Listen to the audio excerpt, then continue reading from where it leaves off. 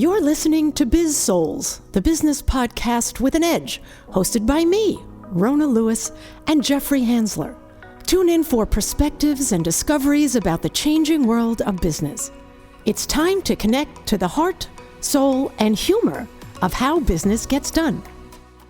Hi there. Welcome to Biz-Souls. I'm Rona Lewis. I'm Jeffrey Hansler, and we get to the heart and soul of business and the people that make it happen. And we've been making it happen all day today. We are we're working hard. Just getting a bunch of them done while I'm here. Exactly. And we're just talking about all kinds of stuff that we've been reading about, what's been on our minds, and what we feel is important to do a little deeper dive into.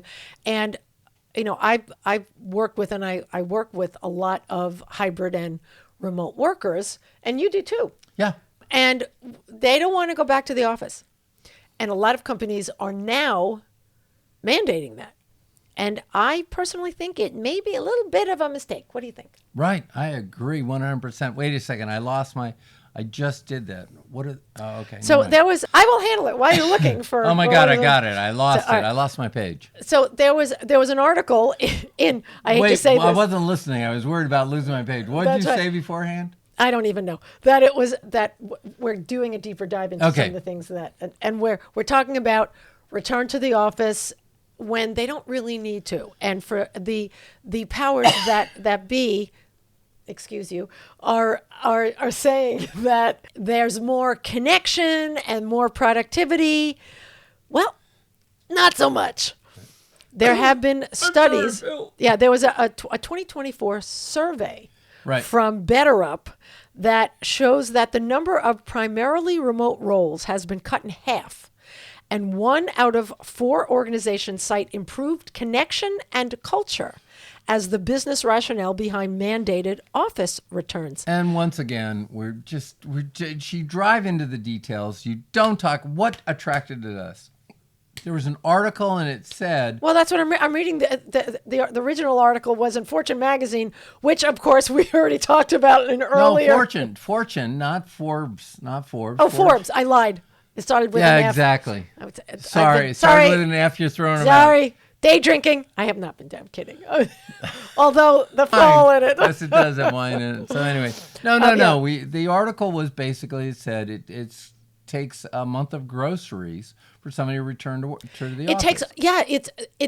People spend on the average an extra, what is it? $561. Get that $1 in there.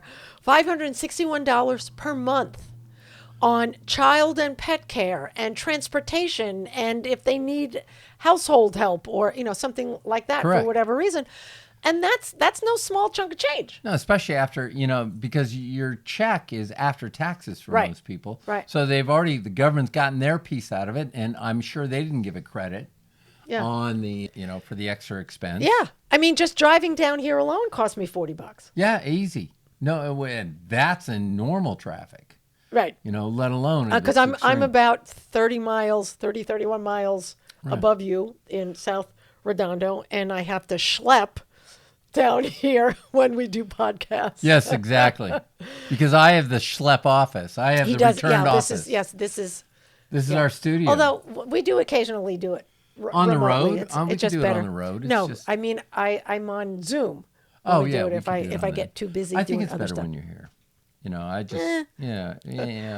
See, and then so you're agreeing with the powers that the return to office is mandated because there's better connection. Well, no, I've got a list of pros and cons. See that? See what I did there? Yeah. I made a parallel.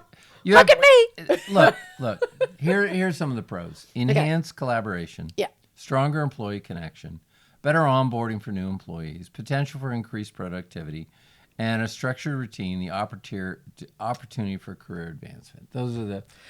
Wait, so what they're saying is if people work remotely, they won't be able to advance in their career?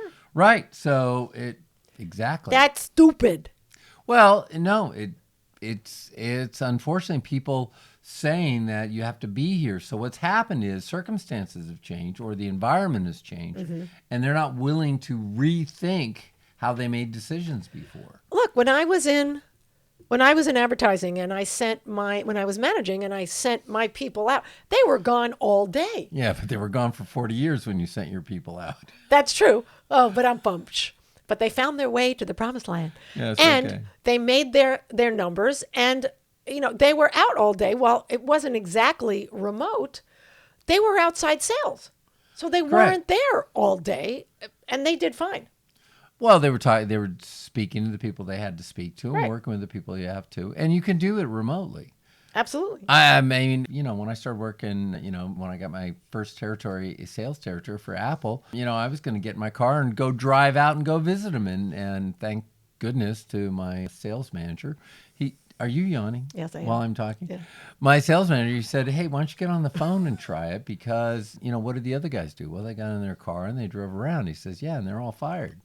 So maybe the problem isn't that way. So what he was doing is willing to look at how do we solve the problem. So when you were selling, it wasn't smoke signals and that kind of thing. Well, yeah, a little of that. And, wore the horse out, and the pack mules were definitely there. So, yeah, okay. Carrying a little Apple computer on the back of a mule. You can't plug it in, but it looks pretty. But no, you didn't plug it in. You'd have the mule go around. That's right. It was on a little treadmill. Yeah, exactly. Okay. So, let's look at these, the pros. Okay. Let's look at the pros real quick. So, enhanced collaboration. Do you think that we collaborate better when we're in person? Of course we do. Yes, there's more immediacy with that. Although there's a lot of immediacy on Zoom as well. I mean, I brainstorm with people in New York, in D.C., right. in Don't Europe. You have a Play and Ponder group? Yeah, Play and Ponder group.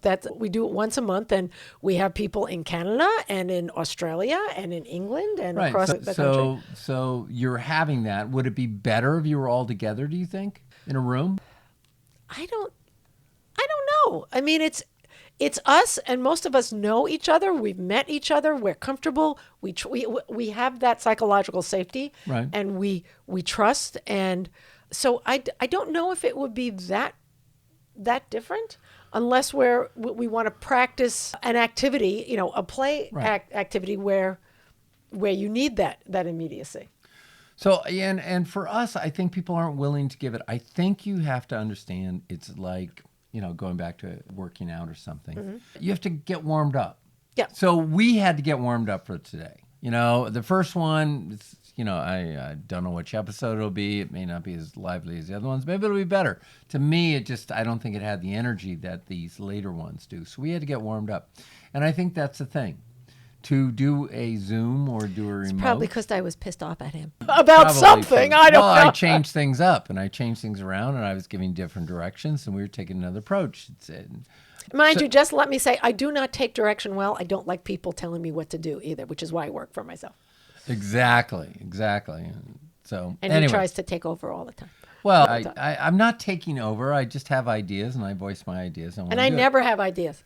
So in collaboration, when we get a good Zoom conversation going or a training session, the people engage on it. So I have classes where I'm doing a hybrid class or a remote class, and sometimes people don't engage. And it's like pulling teeth, and there's no energy. Yes. Well, and then they turn off the video. That's the worst. Well, and then there are times when we do engage, and it's really good. And I don't think it would be any better in person. Right. So I think people have to start taking extra steps. That if we need a warm up time. I know you do this too. I have a warm up, or I have various warm up activities that are very surprising to them because they don't. Most of the people who I work with don't know what purposeful play is. Right. And they're like, I've never done anything like that. And it's not just like, tell us what what do you do for fun? And it's a very general question as opposed to some of the other things I would give them on, take a brick. What else can you make out of it? What else is it? Yeah. Use your imagination, things like that. Okay. A stronger employee connection, building personal relationships with colleagues. Do you think that's better in person? I do. That part I do because there's a certain energy you get from being in person. I just thought everybody should show up in their bathrobes or towels and with their wet hair. And I thought and that could be fun. On a Zoom, that would be great. Everybody would feel real relaxed and they'd feel very connected. Right. And anyway, different idea. Better onboarding for new employees. Yeah, well, okay, the new employee that's coming in. I think that's important just to start to, get a feel for the office the community. And how it runs. Exactly. Yeah, going around meeting different people and getting to know them. So, potential for increased productivity. Again, there's a sense of immediacy because when you're hybrid and when you're remote, it's not hybrid. It's when you're not there, you have to wait for text or if someone doesn't answer their phone or email. So there's a lag. So I can see that. Right. Structured routine. I'm not buying that one so much. Me neither. There is structure at work because you get to a place at work. Mm-hmm. It's just like, there are people that don't have a TV in the bedroom because the bedroom doesn't need a TV. There are people that don't have a TV is a distraction in an office or a room, so you have that off, or music's off. So it could work both ways. But going back to the one potential for increased productivity, let's go to the cons. Commuting time and stress. So I think better productivity. I think somebody gets to work. I think they spend the first hour just trying to settle back in. Right. It takes a long time to settle in. Are you going to call James back? No. Okay. All right. James, you called and we were on this podcast, so you know where you were. Yeah. Obviously, my phone is right down. And the same thing with going home. People are worried about the traffic or getting home or getting to something. I think that fights or negates any increased productivity that you would get from it. Yeah. Reduced flexibility, that's absolutely. And flexibility, not only for the ability to do it, the mental relief that you're in charge of yourself. Yeah. I think right now we're still of the mindset that managers act like parents and the kids act like, the employees act like the kids. Yeah. And, it's just that's got to change. And that goes back to trusting your people. Right. Distractions from others. Yeah, the office, that house is definitely, you're more likely to get distractions, phones going off. Although, if somebody's phone goes off in a meeting at work, it doesn't matter. There's still but there's the I'll just sit down and watch one TV show during lunch, and then you look and you watch 4 episodes, an hour long each, and the day is gone. So you have to, if you're going to have habits, make them healthy ones so that you do get productive, or you are productive. And for someone like me who works from the home, and I know you do this too, we can start work at 6 a.m. or 6:30, right, and then take a break at 8:30 or 9, go run some errands because the store, Trader Joe's open now. I can go, and then go back, and then go to the gym and do it sporadically and still get. I know there have been times I've called you and it's like 8:30 at night and you're sitting down to do work. Right. And it's a global economy. So we're operating different time zones as well. So you're not going to be working during the normal hours. Right. I was working with a project with a group in Australia, and my day would start at 4 p.m. in the afternoon, and it ended at what, 2 in the morning. Yeah. So that was something. Would I have been in a better environment at work? No, absolutely not. It's being able that commute would have been brutal for you. It would have been absolutely brutal here. So, what's your vote? Do you have a vote on return to office? I do like the hybrid model, and the volunteer. Which day would you? What day or days do you want to come in? Like my friend Donna, who owns a worldwide experiential and gaming company, she goes in the office once a week, and they have a smaller office. There's room for, I think, 2/3. If everybody came in, there may be a little standing room only. People come in on different days, I think once or twice a week, to just connect with some other people is a smart idea. Every day, it's not necessary. Right. I think the problems I have are the people who are saying return to office are doing it globally, and it's almost like, okay, we have to make everybody come back so that it doesn't seem we're being unfair. I think it should be on an individual basis, and I think it should be part of it. I think if you have to come into work, That should be included in your compensation a bit. So inflation's gone up. I know some of the groups that friends have worked with, they haven't gotten a raise. They had to take a pay cut during certain times. So anyway, compensation should be part of it. The other thing is the discussion on targets and measurements. And I think that's where management fails a lot. I know 360 evaluations where there's no clear target are a disaster. Yeah. And so I think leadership just has to get better at defining the targets they want and what price that would pay. Yeah. And then maybe do like an A/B test. Try it this way for 3 months. Try it another way for 3 months. Right. And, experiment. Right. And try stuff. Take a risk. Get out of your comfort zone. And people are using big data, and they're not really using big data. People are still running this ROI thing, return on investment. And you've got to understand where ROI applies and where it doesn't. And innovation is not when ROI should be involved in it. Right. And so, again, this is the measurement thing. So I think we have to get sharper in leadership and in management and start figuring out what are the targets for stuff so that you can put a value on it. Mm-hmm. All right, so we need this project done. This is should save this amount. And this is what we're going to spend to make it happen. And these are the experiments we're going to do with it. Mm-hmm. And I think big data AI can be very useful in helping make sure that the I's are dotted and the T's are crossed. Mm-hmm. Sure. And I think that would solve the whole problem. And I think it would get clearer and people would feel much more engaged in the important stuff. Anyway. Okay. And there you have it. So we'd like to know from you, are you working for a company that is making you come back to the office, or are you working remotely because you can? Exactly. So that's all I got. That's all I got. Tip. I think we will leave it here. Yeah.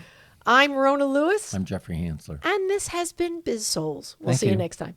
Thank you. You just talked over me. I'm sorry. We do that a lot. It's a real conversation. You've been listening to the Biz-Souls podcast with your hosts, Rona Lewis and Jeffrey Hansler. Did you have fun? Subscribe, rate, and leave a review. It's very much appreciated. Talk to you next week.